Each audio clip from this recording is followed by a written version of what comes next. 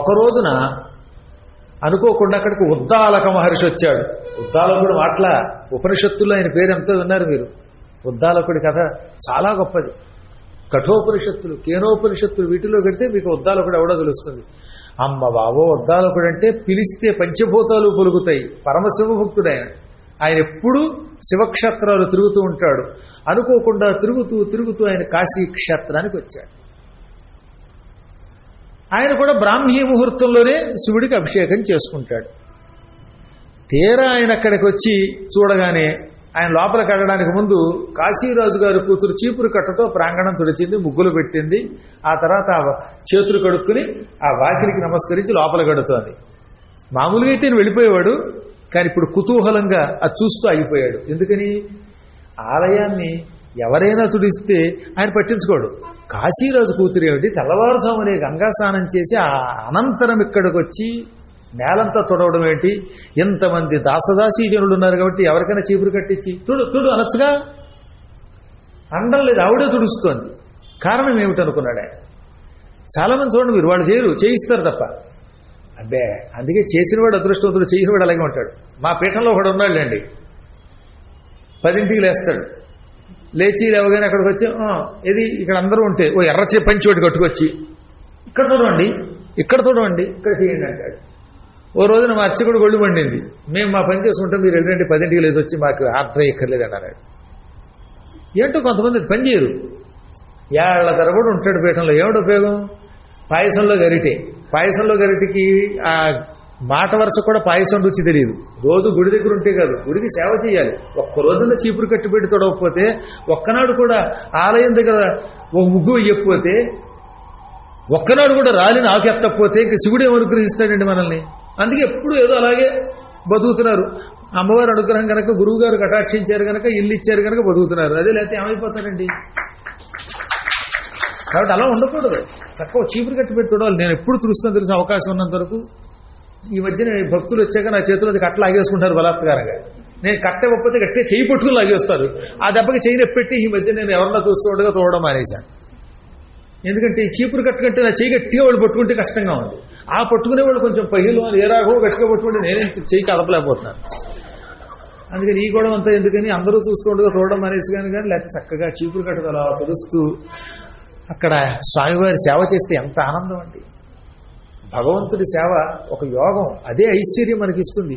జగన్నాథపురంలో మహారాజు వంశస్థులు ఎప్పుడు కూడా రథయాత్రకు ముందు చీపురు కట్టతో తుడుస్తారు. అందుకే వాళ్ళు ఎప్పటికీ సంపన్నులు అయ్యారు. అందుకని ఈయన ఏమిటి దాసదాసీచనముల చేత చేయించకుండా ఇవిడ చేస్తోంది అని స్వయంగా ఆవిడని అడుగుదామని దగ్గరకు వచ్చాడు. ఆయన దివ్య దృష్టితో కనిపెట్టగలడు, కానీ కనిపెట్టకుండా ఆమె దగ్గరకు వచ్చి ఇలా అన్నాక, సుకుమారీ సతీ బాలే స్వయమేవ కథం శుభే సమ్మార్జనంచ కురుషే కన్యకే త్వం శుచిస్వితే. ఓ బాలామణి, నీ శరీరం కోమలమైనది, సుకుమారివి. నువ్వు సుకుమారినివి కాబట్టి ముట్టుకుంటే కందిపోయేటట్టున్నావు. గట్టిగా గులాబీ పువ్వుతో కొడితేనే నీ శరీరం కందిపోతుంది. అటువంటిది నువ్వు ఈ చీపురు కట్టను ఎలా పట్టుకుంటున్నావు? రామరామ, కొబ్బరి చీపురు పట్టుకుంటూ ఉంటే ఆ కొండ చీపురు వెనక ఉన్న ఇనప కడ్డీ పట్టుకుంటే చేతులు కందిపోతాయి. నీ చేతులు గులాబీ రంగులో ఉన్నవి నల్లగా అయిపోతున్నాయి. కాసేపటికి మళ్ళీ కోలుకుంటోంది చెయ్యి. ఈ సుకుమారమైన చేతితో, సుకుమార శరీరంతో నేల మీద వంగి ఈ దుమ్ము తుడుస్తున్నావు. అప్పుడు కొంత దుమ్ము ముక్కులోకి వెళ్ళి నీకు హత్యని తుమ్ము రాదా? నీకు కష్టం అనిపించటం లేదా? నడుము నొప్పి పుట్టడం లేదా? రాజకన్యకవి నీవెక్కడా? ఈ గొడ్డు చాకిరి ఎక్కడ? ఈ నువ్వు నవ్వితే నవరత్నాలు ఒలుగుతాయి, పళ్ళు కూడా ముత్యాల్లో కనపడతాయి. కొంతమంది నవ్వితే నిజంగా దంతాలు ఎంత బాగుంటాయో, అందుకే దంతరుచి అన్నారండి. కొందరు నవ్వితే ఈ జీవితంలో పళ్ళు తొడబుద్ది. మరి ఓ పెళ్లి కూతురు పెళ్లిలో అని నవ్వింది, పెళ్లి కొడుకు మళ్ళీ పెళ్లి చూపులకు వస్తే. అందుకని మన పెద్దలు ఏమన్నారంటే, నవ్వితే మాట్లాడితే ఆ కాంతి కూడా చాలా బాగుంటుందన్నారు. వదసి యది కించిదపి దంతరుచి కౌముదీ వదసి యది కించిదపి దంతరుచి కౌముదీ హరతి దరతి మిరమతి ఘోరం స్ఫురదధర సీధవే తవ వదన చంద్రమా రోచయతు లోచన చకోరం ప్రియే చారుశీలే ప్రియే చారుశీలే ప్రియే. భక్త జయదేవుని గీతాల్లో ఇది అందమైన గీతం. కృష్ణుడు రాధతో అన్నాడు అనమాట, రాధికతో ఏమని, ఎది కించిత్తపి వదసి, నువ్వు కొంచెం మాట్లాడితే, కొంచెమైనా మాట్లాడితే, ఎక్కువ కూడా అక్కర్లా, కొంచెం మాట్లాడితే అప్పుడు నీ దంతములు కనపడతాయి. మాట్లాడినప్పుడే కదా పళ్ళు కనపడతాయి. అని బిగుసు కూర్చుంటే ఎప్పుడు చూసే శవంలాగా అప్పుడు దంతములు కనపడవు. నువ్వు కొంచెం మాట్లాడినప్పుడు నీ దంతములు కనపడతాయి. ఆ దంతముల రుచి అంటే కాంతి కౌముది అంటే వెన్నెల వలె ఉందిట, చంద్రుడి వెన్నెల్లా ఉంది. అది ఏం చేస్తోంది, హరతి దరతిమిరమతి ఘోరం, నాలో నీ మీద విరహం పెరిగింది. కృష్ణుడికి రాధ లేకపోతే విరహం అనే ఒక తాపం పెరిగింది. ఇది చీకటిట, విరహాన్ని అగ్నితో పోలుస్తారు కానీ ఇక్కడ చీకటితో పోల్చాడు. నువ్వు లేకపోవటం అనే చీకటిని తట్టుకోలేకపోతున్నాను, నువ్వు కనపడకపోతే నాకు బతుకంత అమావాస్య. నా విరహం అనే చీకటి నీ దంతములనే వెన్నెల వల్ల తొలగిపోతున్నాయి. చీకటి వెన్నెల వల్ల పోతుంది కదా, వెన్నెలు వస్తే చీకటి పోతుంది. నా విరహం అనే చీకటి నీ దంతముల కాంతి అనే వెన్నెల వల్ల తొలగిపోతున్నది. నీ ముఖం చంద్రబింబం అన్నాడు ఆయన. ఎంత మాట అంటే ఆవిడ ముఖం చంద్రబింబం, దంతముల కాంతేమో వెన్నెలన్నమాట. అలా ఉండాలట. ముఖం చంద్రబింబంతో పోల్చి, దంతకాంతిని వెన్నెలతో పోల్చి, దానివల్ల నాకు వస్తున్న విరహమనే ఈ దట్టమైన చీకటి తొలగిపోతున్నది, ఇంకనైనా కనికరించి మాట్లాడవా అని భార్య దగ్గర బతిమాలితే భర్త గారు ఆ భార్యమని మాట్లాడకుండా ఉంటుందా? అప్పుడు కూడా మాట్లాడకపోతే ఆవిడే తాటక, ఆవిడే పోతనా, ఆవిడే సొరపడక అని నేనలేదు, భక్త జయదేవుడు అన్నాడు. మళ్ళీ నా మీద పడకండి ఇలా అంటారా అని. ఎంత అద్భుతమైన భావన. కాబట్టి ఈయన అన్నమాట ఏమిటి, శుచిస్మిత, నువ్వు నవ్వితే నిప్పులా స్వచ్ఛంగా ఉంది, నీ దంతములు వెన్నెల వంటి కాంతి కురిపిస్తున్నాయి. ఇక్కడ నీకు దాసదాసి జనాలు ఉన్నారు, అటువంటిది నీవు స్వయముగా ఈ కఠినమైన పని చెయ్యడం ఏమిటి? పనివాళ్ళు నిన్ను చూసి నవ్వరా అనగా ఆవిడ నవ్వి నమస్కరించి, నేనేం చెప్పలేను, శివుడి అనుగ్రహం ఇది నాకు అని శివుడికి దండం పెట్టి వెళ్ళిపోయింది.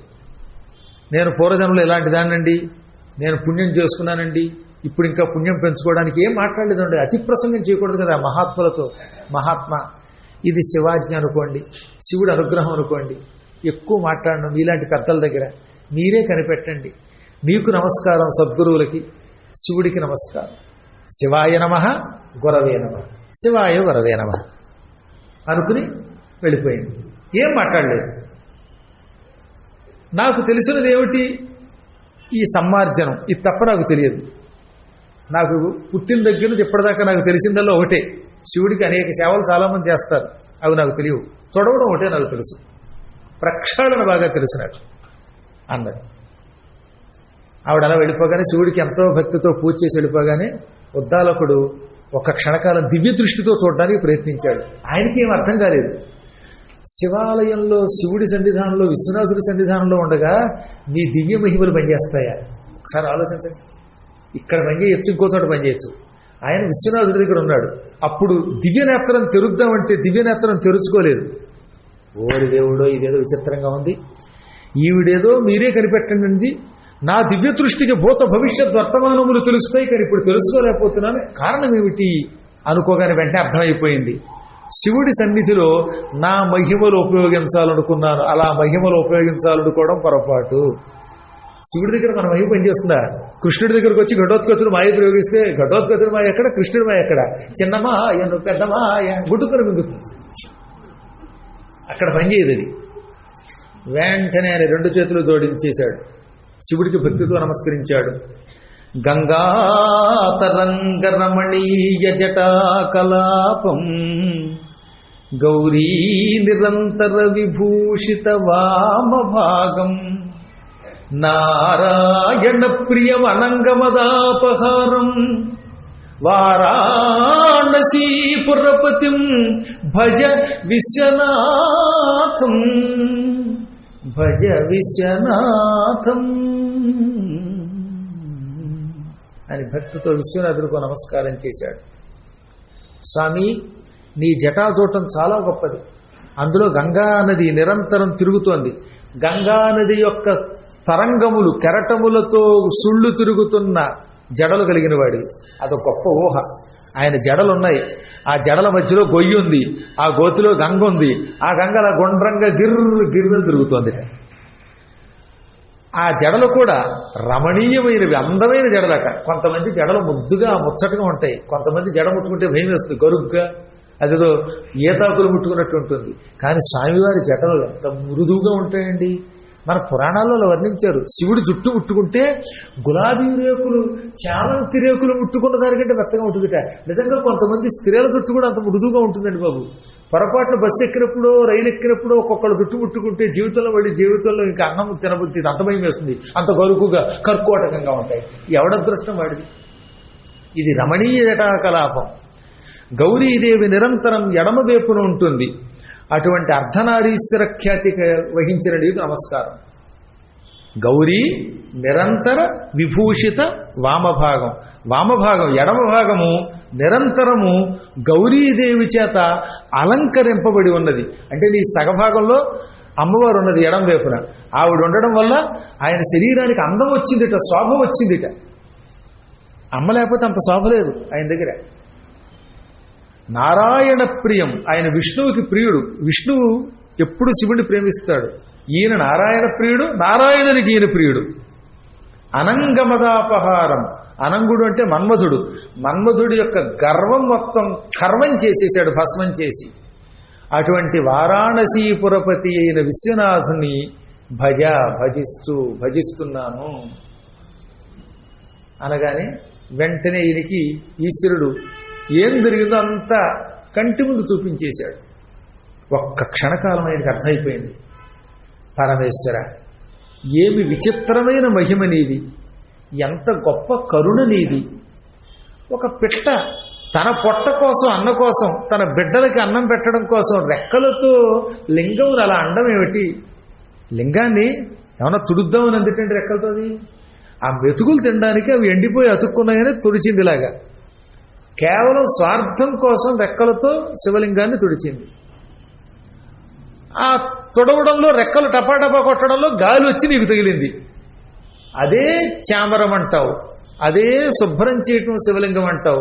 ఇలా భావించి స్వర్గసుఖాలిచ్చి ఎవరికీ లభించని కాశీరాజ కన్యాత్వం ఇచ్చావు. కాశీరాజు గారు కూతురు చేసి ఇక్కడ మరణించే యోగం ఇచ్చావు. ఇంతకంటే కరుణాస్వరూపుడు ఎక్కడుంటాడు దేవుళ్ళలో? అది ఆయన కరుణామయుడు అంటే. కరుణామయుడు అంటే ఆయన, గుర్తుపెట్టుకోండి అని పలికి జ్ఞానం పొంది ఆ రోజు నుంచి ఆయన ప్రపంచమంతా చాటాడట. చూశారా, మహారాజ భోగములే కాక మోక్షం కూడా ప్రసాదిస్తుంది ఆలయం శుభ్రం చేయడం వల్ల వచ్చే పుణ్యం. కాబట్టి ఆలయాలు శుభ్రం చెయ్యండి, తరించండి. శివుడికి శుచి అంటే చాలా ఇష్టమని చాటాడు ఆయన. ఇది శివమహిమ అని ఈశ్వరుడు స్వయంగా చెప్పాడు. అదే నందీశ్వరుడు తర్వాత చెప్పాడు.